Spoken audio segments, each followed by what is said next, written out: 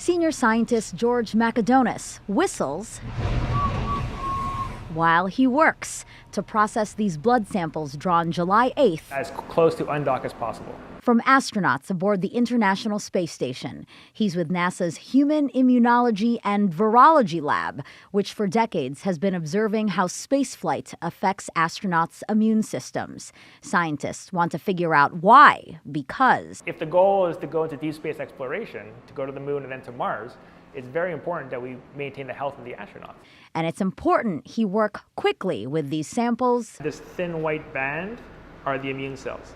And those start to deteriorate 48 hours after the blood is drawn. But thanks to SpaceX's redesign of its cargo Dragon, which allows for faster unloading and a splashdown location near NASA's Kennedy Space Center, scientists like Macedonis did not have to wait long.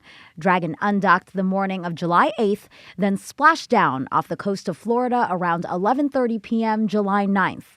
A helicopter then delivered the more than 5,300 pounds of cargo and science experiments to NASA's Kennedy Space Center around 2:50 a.m. July 10th. 3 o'clock in the morning, and we're wide awake.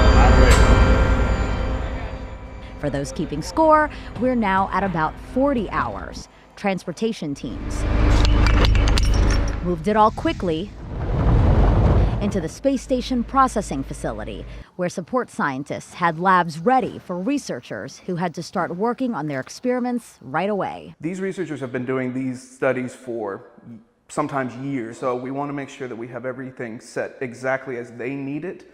In the end, Macedonis received the blood samples about 42 hours after undock. We left him alone so he can concentrate on the very critical task ahead of him. It's very important to understand what's going wrong and how to counter it.